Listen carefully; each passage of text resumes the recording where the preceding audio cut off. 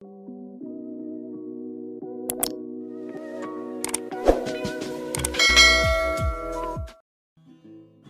怕寂寞，沉迷手機就過，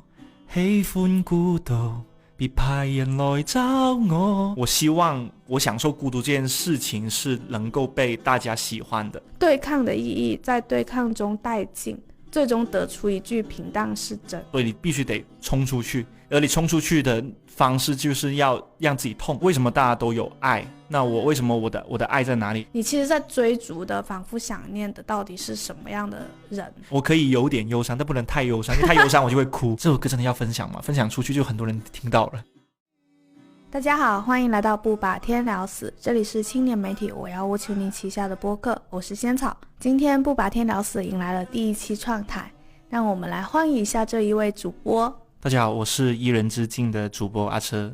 今天就很開心可以就是參加不把天聊死的錄製，真的第一次見到了仙草這麼開心的表情。我們播客有了一些新鮮的血液注入，就是非常開心這次來參加我們的播客。那你先介紹一下就是一人之境這個播客吧。因為一人之境呢其實是當然也是我求你旗下的啦，我沒有自己偷偷開公司或者是偷偷的幹私活。它其實是一個單口音樂類的播客。什麼是單口音樂類？就是我一個男的在那裡聊音樂故事，聊八卦，講各種奇奇怪怪的故事給大家聽。然後一人之境這個名字其實也源自於我很喜歡的一個歌手林家謙，他的同名作品一人之境，就是希望大家可以在收聽我的音樂節目的時候呢，一邊聽歌可以一邊進入到自己的世界裡面，然後它不需要有太多繁雜的喧囂的聲音，沒有那麼吵吵鬧鬧的東西，但是呢你聽的內容卻是有可能是那種讓人瞳孔突然間放大，然後就說誒，這種話是能講的嗎？就那種一邊呢讓你可以享受一個人的時光，然後一邊又可以聽到一些不一樣的故事，這是這個節目的定位。就是一人之境作為一個音樂類單口播客，那我們今天要聊的東西也是分享一些音樂的。對，我覺得好處是這樣的，我覺得我跟仙草是我們兩個聽的歌的類型呢是完全不一樣，一點都不一樣，只能說真的是毫無關係，可能除了楊千嬅之外還有容祖兒。對，楊千嬅、容祖兒，除了這兩位天后之外，就是我們兩個聽的音樂類型是完全不一樣的。像仙草，你是喜歡聽什麼？我現在還蠻喜歡聽一些國內樂隊的歌的，還有一些日語歌。居然是日語歌嗎？會日語歌、韓語，但是我聽的都是那種電視劇的主題曲。對，主題曲。那我今天還準備了2首日語歌，我本來以為你是不怎麼聽日語歌的，但是我分享的這個日語歌呢，我相信可能不會有太多的聽眾朋友會聽過，算是我的一個私人小眾寶藏吧。是我們今天也是有一個主題的，因為我想到說車車他這個播客就是一人之境嘛，那其實對我自己來說，我常聽一些音樂的時候也都是我自己一個人的時候，然後我覺得是用我自己個人的世界沉浸在這個音樂裡面的。然後當我們去討論的時候，我們也覺得說那種狀態很像是一種自虐式的孤獨，就是你在聽那些音樂的時候，就是你是在主動的讓自己沉浸在一個很孤獨的狀態裡面的。而且那種孤獨的狀態甚至是你覺得就是有一種自虐的，你已經很難過了，但是我就是要聽一首更難過的歌，讓自己更難過一點的那種感覺。然後我們今天可能就想要來聊一聊，就是為什麼我們會泡在這些情緒裡面啊，然後當我們泡在這些情緒裡面的時候，我們在聽一些什麼，以及我們背後的一些故事，以及我們的一些心情是什麼樣子的。因為我覺得自虐型孤獨，昨天跟仙草還在聊這個話題的時候，我就想到了，我相信有很多朋友都會進入到這種狀態下，就是那種我現在一個人待着，我覺得雖然一方面覺得有點憂傷，但一方面又覺得很享受，好想這個時光永遠不要過去，好想再久一點點，就是有點像另外一種形式的心流。那我們先分享一下吧，就是你最近有這種孤獨感蔓延的時候嗎？因為我是 E 人嘛，雖然真的很不想在播客裡面繼續聊 MBTI 了，對，但事實我是非常需要關係的一個人，就是一旦我從跟人的社交關係當中走出來的時候，就很容易會產生孤獨感，特別是那種過度社交的時候，就像最近的一件事情是我最近在装修我自己的房子，在装修房子的过程中遇到了非常多糟心的事情，就包括是比如说我妈妈有时候也会上去帮忙看一下装修，或者说去处理一些事情嘛。然后我妈妈没有办法处理的时候呢，她会直接发给我，或者说她真的很习惯性，我相信很多朋友的爸妈都是这样的，就是发了一张图，然后她发很多条50秒的语音59秒的语音给你，然后去解释这件事情。她就是像我妈妈的话，她可能会害怕打电话打扰我嘛，但事实上对于我来说，听完59条语音还不如我给她直接打10分钟的电话要更快一点。因为我也没有责怪我妈妈的意思，我觉得她很辛苦，她还在就是退休了还在帮我看房子的事情，我就也挺心疼她。但另一方面真的是要处理她50多秒语音的，就是压力真的太大。而且我记得我那一天是同时对接了搬家具的师傅、装电灯的师傅，然后装阳台柜的师傅，还有刷墙的师傅，然后还有我妈的很多条50几秒语音。然后我那天就是在车上面花了大概有1个半小时，我在车上纹丝不动，就在你听完了所有的语音，跟所有人讲完电话，讲得面红耳赤，讲到口干舌燥，然后发现没有水喝，然后渴得要死的时候，然后我就给自己买了1瓶矿泉水，就开车回广州的路上，我就陷入了这种孤独的状态。就是我当时就觉得说，我好想不要任何人都不要来找我，我想自己待一会儿，就是那种感觉。那种是真的觉得孤独感蔓延，就是觉得好像真的没有人可以帮到我。虽然我知道妈妈包括我身边一些朋友已经在帮我了，但是那一刻好像我发现只有我自己能解决这些事情，那种孤立无援的感觉非常的明显。而且我真的一路上我都是很 emo 这样子的一个表情。那时候车上在放什么？这正好放我今天第一首想要推荐给大家的歌，正好它的歌名呢有跟孤独有关，叫做国际孤独等级对，是来自于香港歌手 Gravity 汤令山的一首作品吧，粤语的作品。然后这首歌为什么我会觉得它很特别呢？是因为它的歌词里面讲了很多种孤独的形容。我不知道大家对于孤独是什么样的形容。前面一开头的那个歌詞我覺得就很戳人，我用粵語唱一下不怕寂寞，沉迷手機就過，喜歡孤獨，別派人來找我，就是那個就那種我知道了，不怕寂寞，沉迷手機就過然後喜歡孤獨，不要派人來找我。我覺得這種就非常戳我，那種心情。我當時在車上播這首歌的時候，我覺得哇天哪，這不就是我嗎？就是誰都不要來找我，真的很煩，我真的受夠了，我不想聽到任何的聲音。他有幾個關於孤獨的形容，他這麼說的，他說他買票一個人去北非看駱駝，然後一個人報名上甜品課，然後搬家也習慣了自助，他不找搬家師傅，自己去搬家。對，然後我當時就看到這些歌詞的時候，我就覺得說天哪，這很像是那種享受孤獨人會做的100件事情那個清單。對，我就很羨慕。我看到他這個歌名的時候，我也想到就之前網上有很火的嘛，就是有那個孤獨等級測試表啊，然後有什麼一個人去醫院啊之類的，是不是海底撈啊？對，一個人去吃海底撈啊這種。但我覺得他開頭確實那幾句一開口很有氛圍，很戳，而且他是沒有前奏嘛，就一開始就直接是帶入了那種孤獨的範圍裡面。而且在這首歌裡，我覺得他有一個觀點是這樣子的，就是我希望我享受孤獨這件事情是能夠被大家喜歡的，就是大家不要不喜歡孤獨時候的我。其實孤獨時候的我也很可愛，因為我可以去上甜品課啦，我去北非看駱駝啦，所以不要覺得那些一個人待的人就覺得他們很可憐，就像很多年前大家都還是覺得單身可憐這種很老土的這種思想的時候，其實孤獨也是一樣，孤獨像談戀愛的人也可以享受孤獨，哪怕結了婚之後你也可以享受孤獨。對對，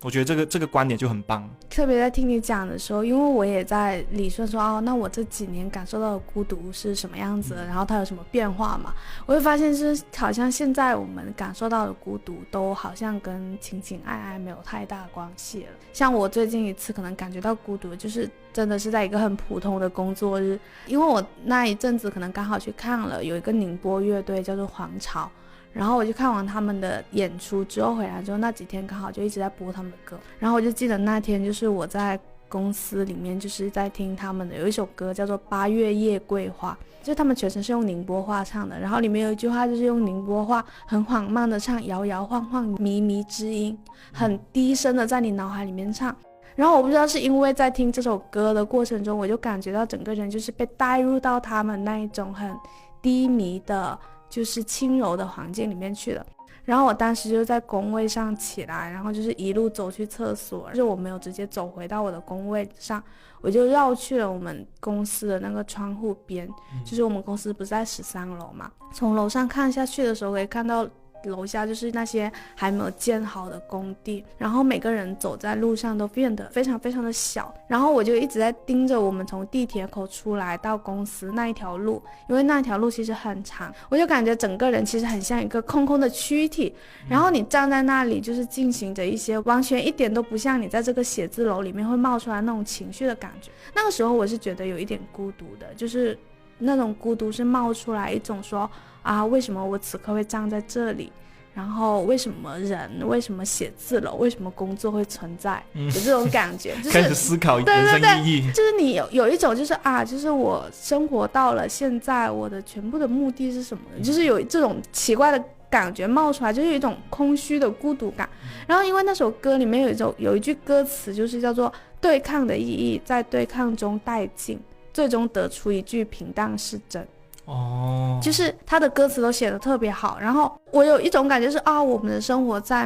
们每天都在努力对抗一些东西，但是你总是有一个时刻会突然陷入一个很空虚的状态里面说啊，我的对抗到底意义是什么？我好像我全部的对抗的意义此刻站在这里都消失了，然后你最终你只能安慰自己说，哦，我生活的意义可能就是在每一天那些很平淡的日常里面，我触碰到了什么，我连接到了什么，这些是不是真实存在着的？但是这整一个自我安慰的方式也非常非常的那种空虚和孤独，就是我也不知道为什么，就是好像现在我们在感受到的那种孤独更多的是一种心境上面的对于人生对于生活的一些思考，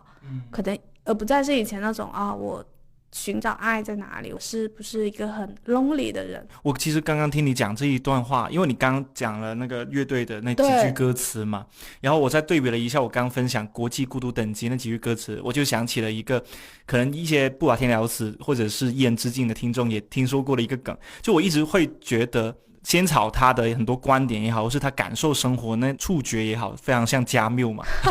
真的哲学就真的聊了很久，就是说真的你真的很加缪，就你可能会一直在思考这件事情到底真的没有什么意义，然后就是说好像所有东西都很荒谬，其实它没有必要存在。但是我就很像萨特嘛，萨特就是存在主义，就是我一定要证明点什么，我一定要找到那个生活的证据的那种感觉。所以我们两个喜欢的歌词都会完全不一样。对，我感觉你会喜欢那种很实在的，就是那种很日常，对，很日常的东西。但是我总是很喜欢那种那一句话它描述一种氛围的那种感觉。对，但其实这样也很棒。因为我刚刚其实在录这期播客之前，我还有听了一下你推荐的那几首歌，对，然后就觉得好像真的很适合放松的时候听。我相信已经有很多听众听到这里已经去搜这首歌这个是我们最近冒出来的一些时刻嘛。我是感觉像我们聊到自虐型孤独，它其实并不是说我们生活里面常常都有的。我自己个人会觉得我在过去某一个阶段里面这种状态是最常发生的，然后那个状态发生的时候可能我会经常去做一件事情来加强自己内心的这种孤独感的。你在你人生哪一个阶段里面这种自虐型的孤独是最常发生的？哇，其实我想了很久这个问题，然后我自己在想的一点就是什么时候我会觉得孤独对我来说是有用的，或者是我会上瘾，其实是我发现自己麻木的时候。什么意思呢？就是我一直很害怕自己变成一颗齿轮啊，特别是这几年工作，我今年是工作第7年了嘛。随着我工作的年限一直在增加的时候，我会慢慢的意识到我的生活它是有边界的。比如说我下班之后，我回去我自己一个人住的公寓，我打开了盏灯的时候，开灯的那一瞬间，我就触摸到我自己生活的那个边界在哪里了，就是那种好像我就是真的困住在这里了。然后我觉得我好像生活都在重复，我变得非常的麻木。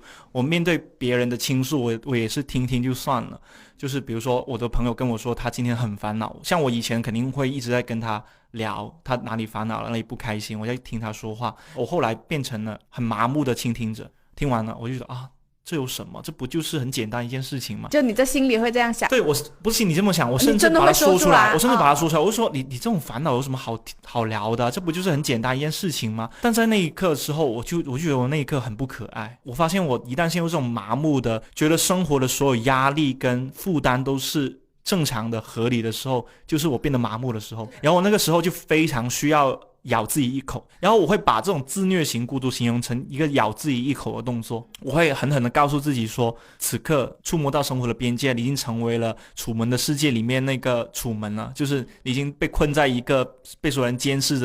的一个世界里面，所以你必须得冲出去，而你冲出去的方式就是要让自己痛。所以我就会听各种的悲伤的歌，看各种悲伤的电影，让自己哭一场。我记得我真的最近看哭的是有一次是在看《小姐不熙娣》，就是我也推荐过给仙草了，就是有一期主题是讲台湾的小朋友他们是怎么看待自己的父母的，去讲父母那些让他们不开心的事情。然后讲到最后，有个小男生他很喜欢穿高跟鞋，让他不开心的这件事情不是说妈妈不让他穿高跟鞋，而是妈妈把他穿高跟鞋的那个视频发给那些亲戚之后，那些亲戚向他投来了异样的目光，去评论，在背后嘴碎他。结果呢，他妈妈听到这件事情之后，他就说妈妈只是觉得你很可爱，就是妈妈觉得你做你喜欢的事情，任何事情都可以，你喜欢高跟鞋跟喜欢积木，喜欢乐高，喜欢芭比娃娃是没有不一样的，你只是喜欢而已，所以你要坚持自己的喜欢，没有人可以代表你，你只有你可以代表你自己。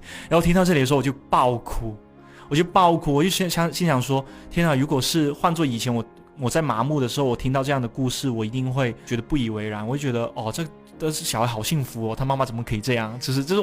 我在麻木状态下我可能会这样，但是我在那一刻我好像触碰到了我那一个很久没有为一件非常好的事情或者是一段非常温柔的话给打动的时候，他触碰到我那个哭的按钮的时候，我放心的哭了一场。然后我在那天晚上就是不停在听音乐，就看完那个小姐不熙娣那一期的节目之后就疯狂的听音乐。我好享受自己这种孤独的状态，因为我在孤独状态下我能感觉到自己的脉搏在动，然后我的血管是在流淌着血液的，而不是我回家之后就是刷抖音麻木刷抖音，洗个澡瘫在床上，一天又过去了。我能感受到自己活着。我记得我以前在一本书上，就是相约星期二里面有看到一句话，就是说要打开你情绪的水龙头。就是我感觉你不管是可能让自己感觉到痛也好，或者让自己感觉到那种哭的情绪也好，好像是在那一瞬间可以把自己身体上所有柔软的跟情绪有关的开关都给打开了，然后那些开关会喷涌出很多情绪，然后可能是那些很柔软的情感把你带去一个就是突破那些边界，不然的话你会感觉到自己的今天的情绪是非常重复的，就是打工的疲惫感。对，就我很害怕自己成为齿轮嘛，就是这种感觉，就是可能一天下来身上只有那种就是这一天不断的打工然后留下那种磨损，就是我觉得那种磨损是挺消耗人的。我觉得其实有一个信号是这样的，上班一天回到家里面，你脱鞋的时候要脱很久的话，我觉得你就是麻木了。因为我脱鞋要脱很久的话，说明我其实还没有从那个工作也好或是生活的那个洪流里面挣脱出来，我还在沉浸在里面。哪怕能够回到一个能够让自己放松的公寓，我也没有办法马上就切换成天啊，我马上洗个澡我就可以坐在床上可以喝酒可以看综艺可以吃零食，我没有办法切换，我切换的非常缓慢。我脱鞋动作变得很迟缓的时候，我就觉得真的不行，我要赶紧做点让自己痛起来的事情。像我室友他们嘛，就是如果我回家的时候发现他们的鞋脱了之后，甚至都没有放进鞋柜里面，我就知道他们这一天真的可能非常累。我有一段时间是频繁的出现的，是在我可能毕业1年后，然后又是单身的时间里面。就是那段时间是我觉得我离开了学校进入社会，然后我开始习惯说我变成一个大人去在这个社会生活，但是同时我的情感又非常的缺失，就是我有一部分情感需求是缺失的。有一种就是大家都成为大人了，然后每个人都在这个社会领到了一份自己的爱情的蛋糕，但是就只剩下我一个人，我没有领到那块蛋糕，然后我就开始分完了可能。对就是有一种只要在工作上很努力，你可以获得一些看得见的成果，但是为什么在恋爱这件事情上，你是再怎么努力，然后你是获不到成果，甚至你都不知道说我可以往哪个方向去努力的。然后我觉得我那段时间，因为你们也知道嘛，就那段时间其实我们就已经很熟很认识了，然后我那1-2年的时间经常都是那种我今天在社交软件上认识了一个人，然后我可能跟他短暂的聊天聊一段时间，然后就这个人就是消失，我们这段聊天关系就结束，然后结束了之后我就消停一段时间，然后消停一段时间之后呢，我又继续寻找下一个，我感觉我在很努力的寻找那块蛋糕到底在哪里，然后用各种各样的方式，而且我记得我那时候会在小号上面就是发，就是写那种暧昧日记一样的东西，然后我就好怀念哦，对，当时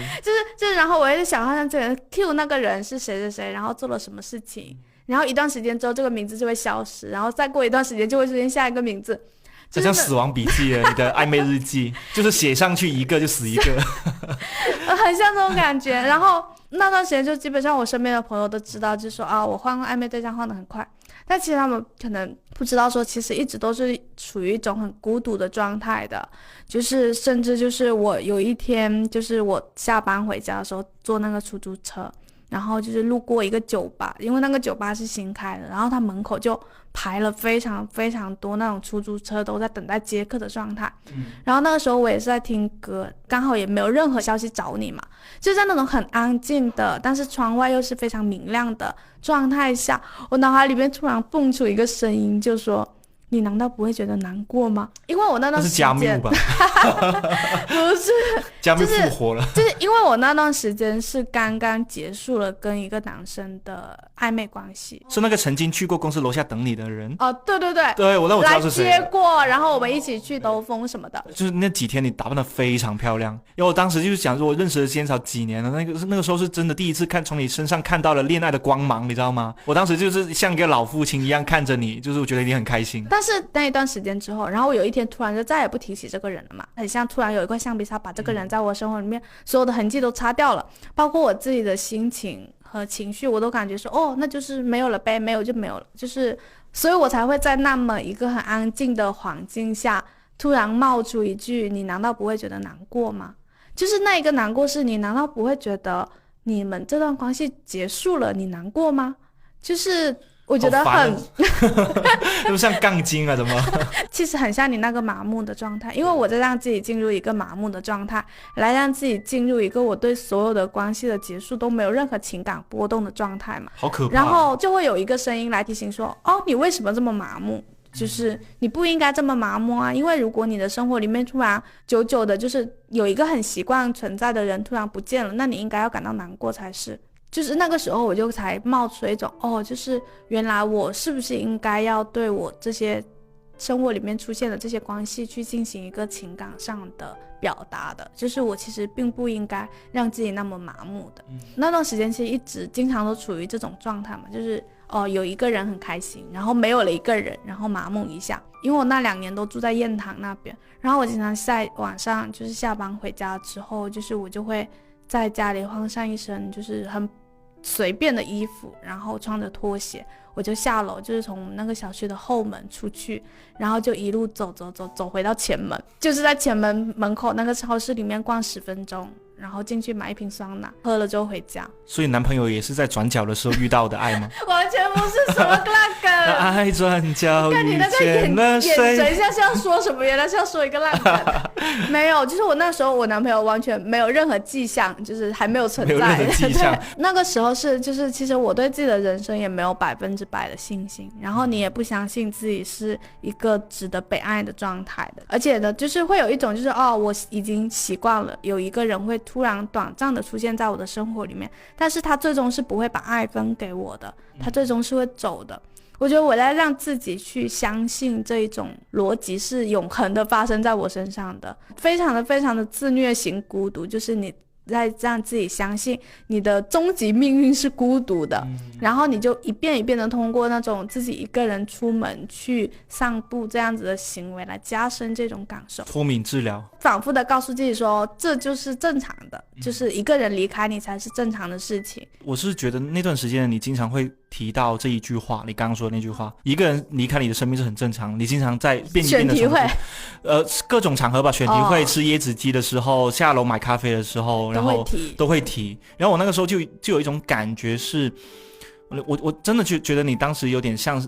那个动物园里面的那种动物，就是真的是有个刻板行为，对，开始一遍一遍重复的行为，然后我会觉得就是那个时候还挺替你着急的，就是当你那种孤独到了一种极限的时候，其实你整个人会陷入一种很悲观的状态嘛，就你对爱这件事情也是很悲观。然后我后来就是有一直在循环一首歌，就是有一首歌叫《春天音乐》，我很喜欢它里面的歌词，就是他就说由春天将我的心分开，像是昼夜，像一枚橙子那样，可哪一位先知会从中走来？他不必告诉我幸福在哪里，但他是谁的，到底是什么，到底是什么？就是我觉得就是有一种孤独，就是你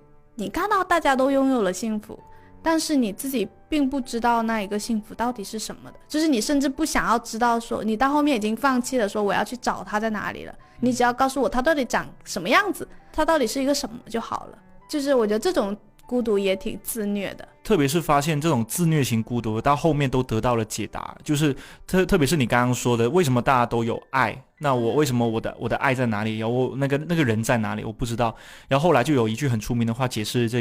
一个嘛，就是爱都流向了不缺爱的人对吧？但其实我觉得这确实是一种对抗麻木的一句很重要的话，就是你要告诉自己说，这个世界上就是会有很多不一样的跟我们不一样的人，然后他们可能真的是完全不缺爱，他们可能坐在那里就已经有爱情流向他们，对，但是你要接受这一点呢，就大家都是不同的个体啊。像你刚刚我分不到小蛋糕，我觉得这个比喻很好，但后来你就变成那个可以主动给自己做蛋糕的人嘛。如果像我们听众可能现在如果有单身的朋友，他们跟我当时的状态一样，如果他们现在来问我说那我到底要去哪里领这一块蛋糕的时候，我觉得我也完全无法给出解答的。就是我觉得就是大家一定会有这样的阶段，就是你在后面就会发现这个阶段其实它也是一个很好的阶段。然后在那种孤独的时刻里面，其实我那段时间有一个很棒的发现，就是我发现我写日记写的比平时多，非常非常多。然后在那些日记里面，其实我在很完全的了解自己，就是可能孤独也是一个非常适合了解自己的阶段吧。就是那种状态下会让你更明白自己在烦的问题到底是什么，对，以及你接下来要怎么办。也许大家最后可能需要搞明白一件事情，就是爱情可能不是分配制，它是合作制。就是真的你要找到一个合作伙伴，或者是他跟你是一起往这件事情去努力的，而不是一个完整体来到你的面前然后你就爱上他，不存在这种事情。对，是。就是我们刚刚其实有聊到一个话题嘛，就是我们陷入这种自虐型孤独的时候最爱做什么，最常做什么事情。其实我发现我也是走路所以我会很喜欢一首歌，是 Dear Jane， 也是香港一支乐队他的一首歌，叫做永远飞行模式。这首歌我首先是从歌名上就吸引了我嘛，就是永远飞行模式就很像是我希望不要有人来找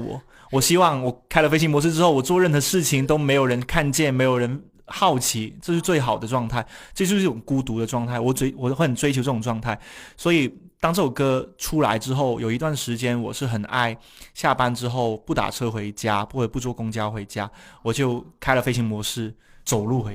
去。我记得有一段时间你是走路回去的。对，然后就疯狂的暴走，当时应该每天要走个3-4公里吧，我才有个3-4公里。但其实你慢走的话差不多要走1个小时。然后我当时就是一边在听永远飞行模式这首歌的时候，它里面其实它讲述了一个很简单的爱情故事，讲一个男生跟一个女生，他们两个谈恋爱，他们经常会觉得下一秒就会失去对方，他觉得他们的爱情是有期限的，马上到了那个期限就会分开，或者是这个人就从我面前消失。然后我非常喜欢里面的男女主角的一句话，他们两个在外面约会的时候，女生突然间举起手机去拍一段关于他们俩的视频，然后那个男生就把那个手机推开，女生就说拍一下嘛，出一下镜嘛，我们秀一下恩爱吧。然后那个男生就说了一句，我才不要当你的 IG Story。 就是因为香港人呢是喜欢用 Instagram 的嘛，然后 IG Story 呢就类似于现在大家看到那种微博故事，它可能24小时之后就会消失它就是可能只有对那个期限的，对那个小圈圈可能会出现在你主页24小时，然后过了就消失。他当时就说我不要成为你的 IG Story， 我不想从你的生命里面就这样子消失。然后我听到这个时候我就觉得好挫就是而且这本身就是一种孤独的发言，就是那种我很害怕这一刻的开心跟甜蜜都是短暂的，然后我无法接受你离开的时候，我要怎么去面对自己的孤独。刚刚说那个就是极度想念一个人的时候那种孤独嘛，其实那个时候我会听一首歌，就那首歌其实还挺欢乐的，就是有一首歌是回春丹乐队的艾米丽，就是我当时一直很喜欢的是他的那一个比较高潮的部分，因为他一直在重复说艾米丽艾米丽，夕阳掉进我心里，我觉得我很喜欢那一段歌词。就是有一次很认真的看他开头的歌词的时候，我发现他开头写的是你是唯一可以闻到我的人，把模糊的路人都幻想成了你，没想过得知我们何时分离，享受那一刻没有预料的相遇。觉得它很像是，要么是你在幻想跟一个人相遇，要么是你跟一个人相遇之后分开之后的想念。就是你还记得那个花束般的恋爱里面，那个男主和女主他们不是那一晚约会之后，然后女主跑回家立刻就是蒙在那个被子里面听一首歌，她说我要找一首最适合当下的歌去反复的听，然后让自己就是让自己再停留在那个余韵里面久一点嘛。我觉得这种状态很好诶。当你经历了一段非常难忘的相遇的时候，你其实是想要去找一首歌，然后来让自己沉浸在那一个感觉里面再久一点的。对，我想要留住那一种感觉再久一点。然后我记得我那时候就是可能我跟一个人有过一段非常难忘的相遇，然后我们那一段相遇也是后面就没有结果，就是我们就分开了。这里我要用一种讲八卦的口吻来形容一下仙草在那一段关系里面的状态，就是仙草有点 emo 到头了。你的 emo 是让我们看得很心痛的，就是那种状态，就是失恋状态吧。有点像是其实你们没有在一起，但是你们已经失恋了好几遍。然后那段时间其实我一直在听这首歌，就是而且我其实是会在晚上的时候，我其实是会放纵自己去想念他的。有一种就是你白天你去想念一个已经离开的人是一件非常不正确的事情，是一件告诉你的朋友，你朋友会大骂你让你清醒一点的事情。所以我那时候经常都是在晚上的时候会偷偷看我们的聊天记录去想念他的。而且就是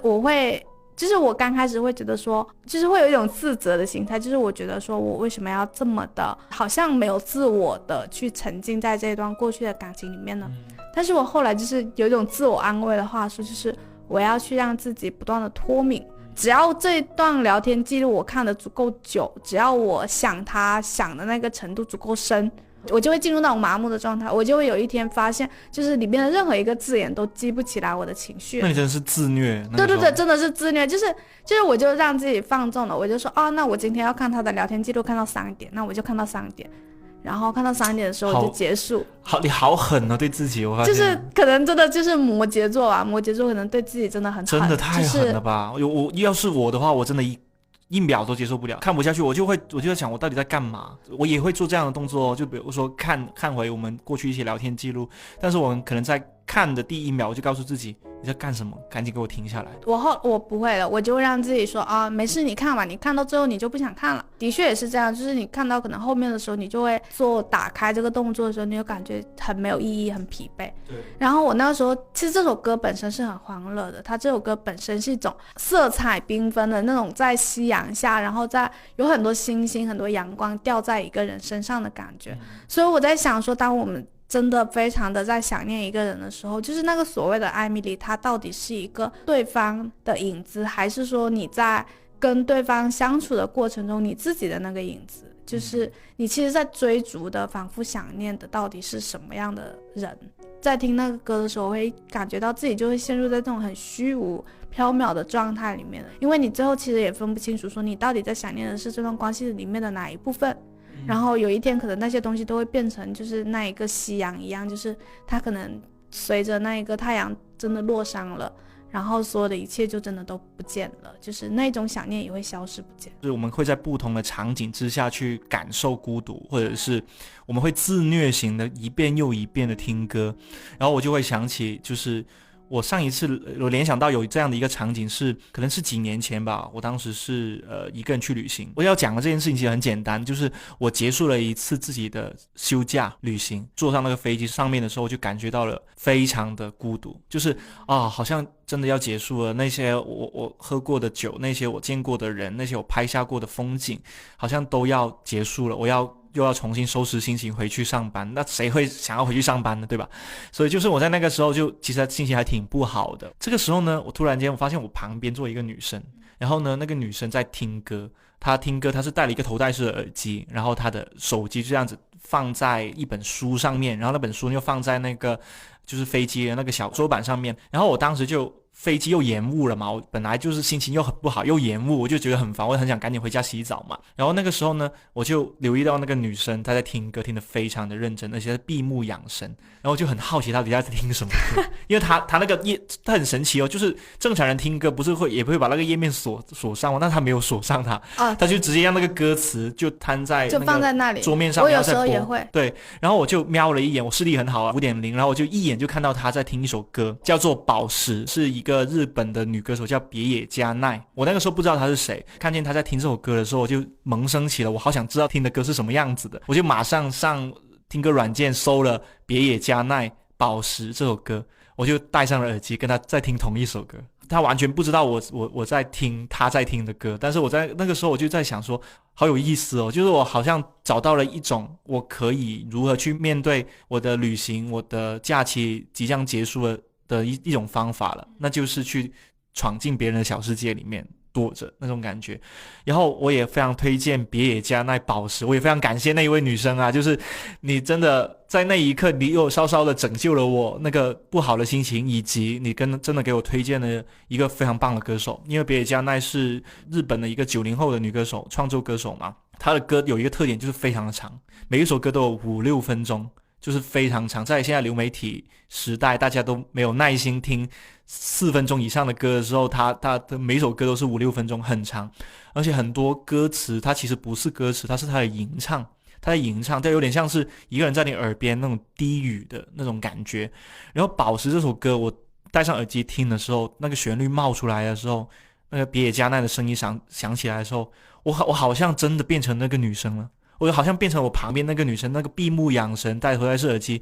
把世界隔绝在外的那种心流的状态，我觉得好美妙。那一刻就觉得音乐原来在那一刻它的作用是能够让我躲进另外一个世界里面再待多15分钟，那种感觉。就是这首歌的旋律写得非常棒，所以我后来回去之后我就疯狂的搜别野加奈的其他首作品，然后很多首歌我都是在我孤独的时候，我觉得我很需要进入这种心流的自虐的孤独的状态之下我会听的歌。他的歌真的就是你听的时候，你的心情是会不自觉的进入他的那个音乐的旋律里面，对，而且你会平静下来，而且他那个旋律本身也带着一点点忧伤，但是不是那种过头的忧伤，让我非常着迷。我相信大家就是喜欢这种自虐型的状态也是一样的，就是我可以有点忧伤，但不能太忧伤，因为太忧伤我就会哭。所以就是最好就是我在这种一点点忧伤的状态下，我的表情是冷漠的，但是我的心里面是那个波涛汹涌的，就我能想象到那颗心它是一直在往下坠但是坠到下面我知道有一团棉花在接着我，而不是一个冷冰冰的地板。我觉得这种心流状态是大家最享受的，就是你知道你的孤独它是有可以恢复的弹性的，但是你就是要让自己处于那种状态下。而且你知道后来就是那件事情还没有结束就在飞机上的事情还没有结束就飞机起飞了嘛，那个女生醒来了，我当时开始在听一首韩国的 hip hop 的歌，叫做 Comfortable，就是一首非常好听的，其实它不算嘻哈，它比较像是流行歌。我看到那个女生也瞄了一眼我在听什么歌，重点是我知道她在瞄，但是我没有在意嘛，因为我觉得就是大家偷瞄隔壁桌的手机，我就是很正常的事情。结果我们下飞机就降落到广州白云机场，就大家那个开始可以掏出手机可以回复消息的时候，我发现她也在搜这首歌，就 Comfortable 这首歌。天哪，好妙。对，就是那种我们两个一句话都没有说，但是我们已经交换了歌单的那种感觉。我们聊到就是为什么孤独的情绪有时候反而会让我们更享受甚至贪恋，我就会觉得就是是不是会像我们这一种人，就是都会有一点抓马型的那种戏剧人格，就是我们其实都在会幻想生活里面可以有一些戏剧性的时刻发生，就是我们是无法忍受生活的平静和无聊的然后当你让自己泡在那种孤独的情绪的时候，这时候其实会让我觉得我在这一刻是很特别的。对，你别说了，我现在去个银行柜台我都期待遇到我的小学同学我这生活里面对于戏剧 drama 新鲜感的渴望已经到了这种程度，你知道吗？我去那个改一下，拿那个存折去弄一下那种资金的事情，我都想期待一下会不会碰见我的小学同学。我会贪恋那种很孤独的情绪，还有一个原因就是我觉得我在想象自己很孤独这件事情的时候，它会让我有很多创作的欲望。像我可能就是本身就是一个很喜欢去在大脑里面给我的生活进行很多加工的人，然后我可能当我冒出这种孤独的情绪的时候，因为跟周围的人都会变得很格格不入，然后这个时候我好像可以去创造一个属于我自己的戏剧，就是在这一个舞台上面，就是或者是这个生活里面所有的灯光都暗下来了，然后只有一个灯光打在我自己的身上，然后看我如何在上面表演孤独的感觉。因为恋爱之后有时候也会就是跟我男朋友待在一起的时候，然后会突然感觉说虽然他在我旁边，但是这一刻我觉得我的内心是很孤独的，因为我好像突然产生了一些情绪是没有办法跟他讲的。然后在这种时候的时候，你也会觉得太好了，就是即便跟他在一起，即便我在一种很开心的状态下，我的情绪仍旧是非常丰富多样的，然后我好像没有失去某一个很主体性的我，就是那一个很主体很独立性的我是依旧会感觉到很孤独很落寞的，然后这一部分我并没有完全消失，它反而让我感觉到一种安心感。就特别是我在想这个问题的时候，我会有一个观点，我一直在心里面，但是我很少讲出来，就是我一直认为呢，孤独感跟幸福感本质上是没有区别的，就是它真的没有什么两样，有点像极致的开心跟极致的不开心都是一样，都是会让人上瘾的。对，就有点像我好想每天都沉浸在幸福感里面，当然这是所有人的愿望，但事实上就是你都知道那个沉浸的时间它是有限期的，它到时间它就可能马上切换到另外一种情绪。我觉得孤独感跟痛感跟在我的理解里面是一样的，就有点像比如说有些人是喜欢闻臭袜子我发现我身边有一些人喜欢闻臭袜子有些人都喜欢抠那个伤口上面的血痂是就是你哪怕知道你抠了之后血会流出来，但是他还是很爱抠，然后那个手指上的倒刺很多人会很爱撕开那个倒刺，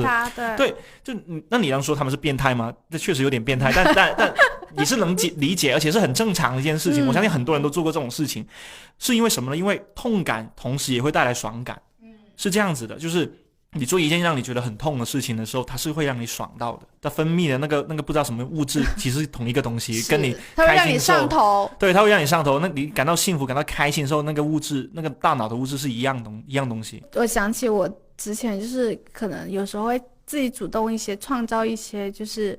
会让你可能感觉到孤独的时刻，就是我记得我有一年就是那时候还单身的时候，就有一年看那个星座运势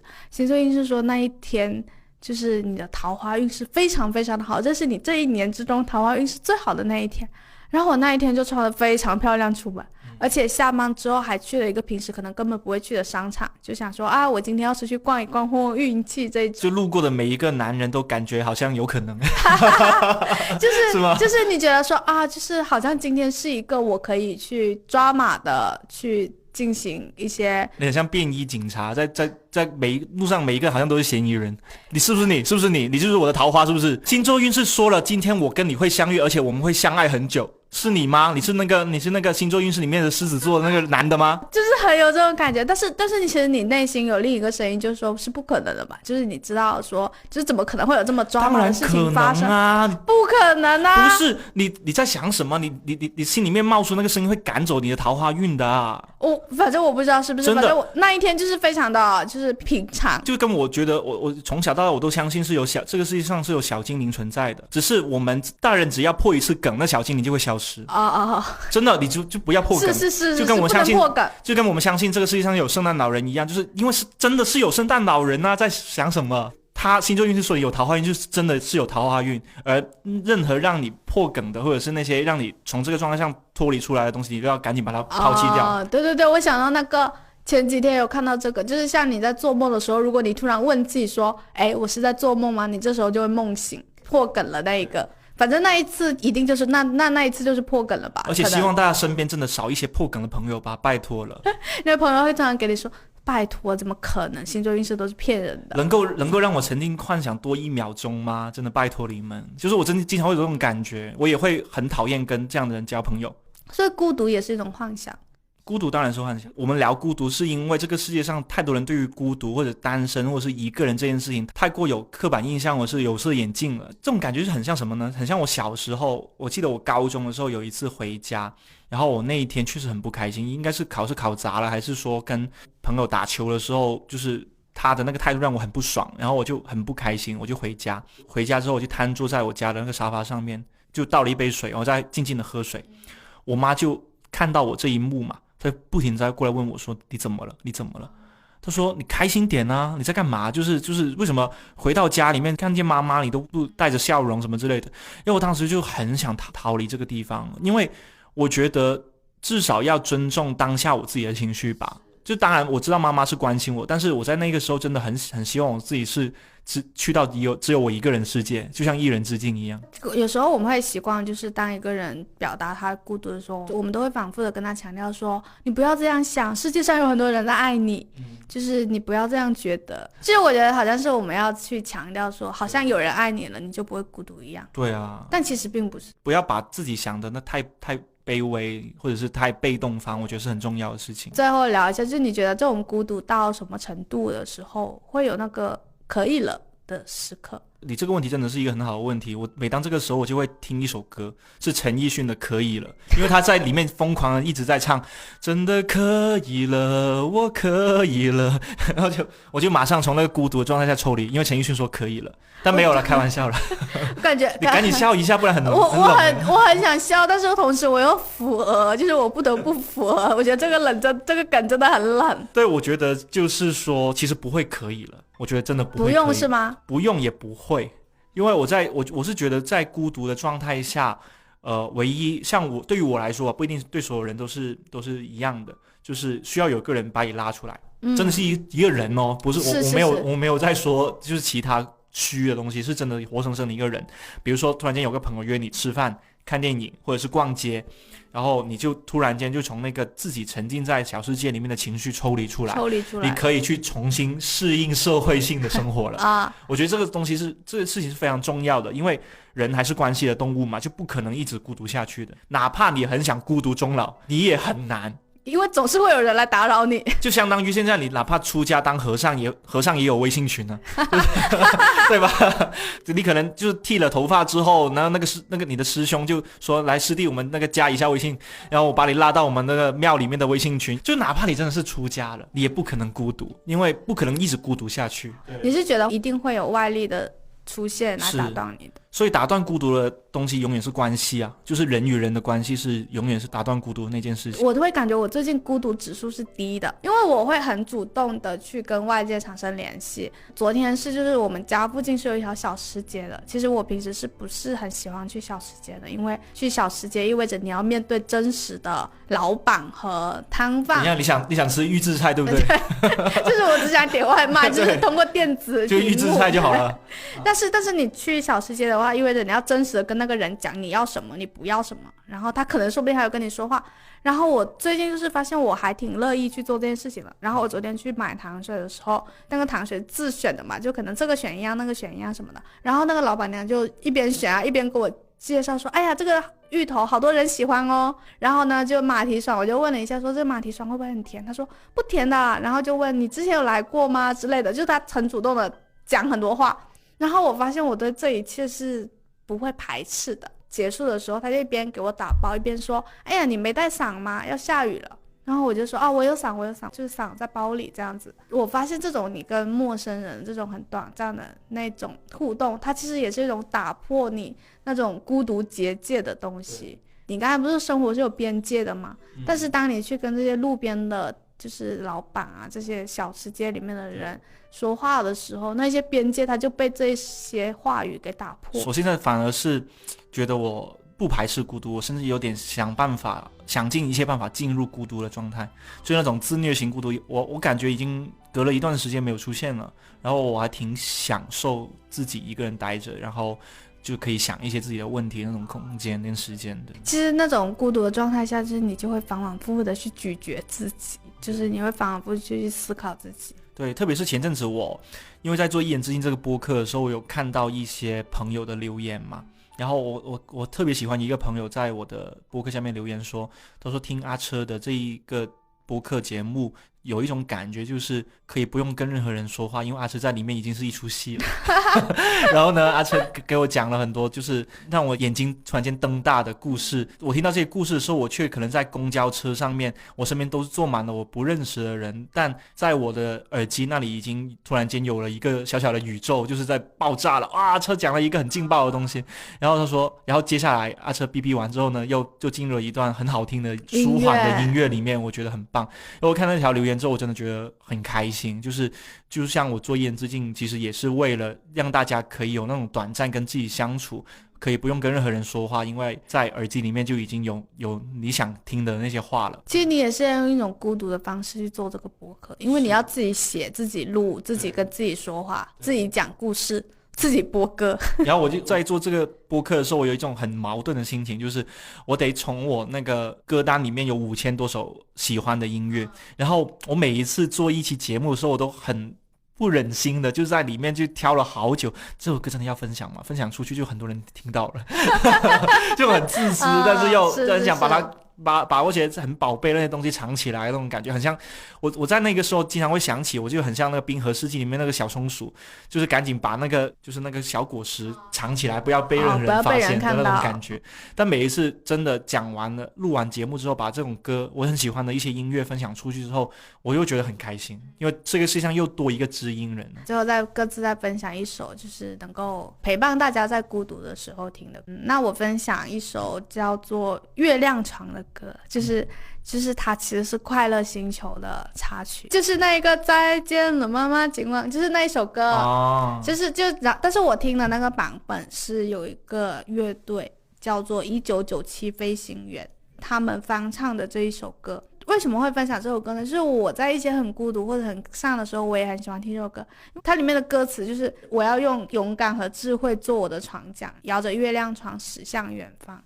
就是我觉得那种心态很像是，就是你要开启你一个人的旅程，但是这个旅程它并不是悲伤或者不是难过的，你是带着勇敢，带着你的智慧，然后甚至带着别人给你的爱去远行的。然后就是你可能飞向月球也好，飞向宇宙也好，在这个过程里面你是充满希望的，就算你是孤独的一个人，但是你也觉得说自己非常的拥有很多乐趣和希望感。然后我就很喜欢这首歌，因为我觉得这首歌就是那种欢快的孤独之歌的感觉。你真的很喜欢欢快的孤独之歌就是我觉得就是又很欢快，你是用欢快来对抗孤独我发现。应该说就是我会很努力的想要说，就算我是孤独一个人的，我也能在里面找到一些很乐观的部分。而且它里面我觉得很多人应该都听过这首歌，就是什么再见了妈妈今晚我就要远航。你真的很爱把这个歌词挂在嘴边。对，就是别为我担心，我有快乐和智慧的讲很顺口啊。真的这个歌词也很棒，我觉得。好了你说刚刚问我这个问题，我才翻开了我的歌单，然后翻出我可能这2年以来听的最多的孤独之歌它是一首流行歌，然后是我很喜欢的一个歌手，他是来自于 BTS 的一位成员，叫做 Sugar。 然后呢 Sugar 呢，他有另外一个艺名是在做个人歌手，就是个人发展的时候，他有一个艺名叫 August D。 然后他在发的第2张个人的混声带专辑里面有一首歌叫做 Dear My Friend， 应该是 Dear My Friend 吧，没有记错吧，不会念错名字吧。然后呢这首歌真的我每次听我都会进入到他描述的那个首尔郊外大雪纷飞的那个冬天的那种感觉。因为这首歌其实讲的是一个在他还没有当明星，他还是一个学嘻哈学街舞的一个练习生，然后他当时因为没有钱，他每天都要骑自行车去送外卖，然后他有一次就是从自行车上摔倒下来，好像自行车和摩托车摔倒下来之后，他把自己的肩膀弄伤了，骨折了，然后他没有办法练习又没有办法送外卖的时候，他非常的伤心。陪伴他度过那一段漫长的又没有办法去唱歌练习又没有办法去送外卖赚钱的那段孤独时间的是一个他很好的青梅竹马的一个男生朋友。那个朋友对于他来说是非常重要的一位朋友，但是后来那个朋友他在苏格出道之后误入歧途了，干了犯法的事情，就坐牢了。苏格当时就描述了一个在首尔大雪纷飞的时候，我从首尔坐车去到一个郊区的城市去监狱探望你的时候，那天大雪纷飞，然后我在监狱门口给你递你喜欢吃的东西，结果你对我说的第一句话是有没有那个，因为他在戒毒，就是他在回去的路上抱头痛哭，他完全没有办法想象对于自己生命来说这么重要一位朋友，他突然间变成自己不认识的模样了。而那种不认识模样让他是最痛苦跟最难忘的，他好想劝那位朋友变好，或者让他努力回头让变好，但是他发现没有办法做到了，他们的友情已经走到了完全是陌生的，对，形同陌路的这个地步。然后这首歌的旋律也写得非常的棒，就是那种忧伤的旋律，我每次听的时候我都会进入到仿佛就去到了大雪纷飞的冬天的那种感觉，就很推荐大家去听一下这首歌。特别是这首歌它是在苏格成名之后出的，就很多人在想说你都已经是大明星了，很多人都认识你，但是你却在自己的个人专辑里面收录一个这么悲伤的故事。其实我当时听到这首歌的时候，我也在想说他真的好真诚，好悲伤。我想到就是像国内这种表达这种朋友陌路的，一下子想到了那个陈奕迅来日最亲的問我有沒有，確實也沒有。我覺得最佳損友也很適合啦。是，哎，就是感覺大家的孤獨會多種多樣，總會有一首歌可以代表你。我們今天的播客可能就聊到這裡，非常謝謝大家聽到這裡。然後如果大家喜歡車車的播客的話，也歡迎去關注一人之境。對，如果你被我圈粉的話，趕緊在評論區說圈粉了。如果沒有的話，那就不要說。其實也可以不講，沒有關係。你們就感興趣的話，講一下嘛，默默的去聽一下，給我多一點肯定，不然我做不下去了。然後如果喜歡我跟車車的創台的話，也歡迎留言告訴我們。對，我們可以多串幾次，如果反響好的話。對，就是如果只聽我們聊音樂的話，也可以歡迎。我們會準備不同的主題，用音樂跟大家見面。結果下一期你就在一人之境聽到了仙草的聲音。然後一人之境後來就改名叫做兩人之境。二人遊。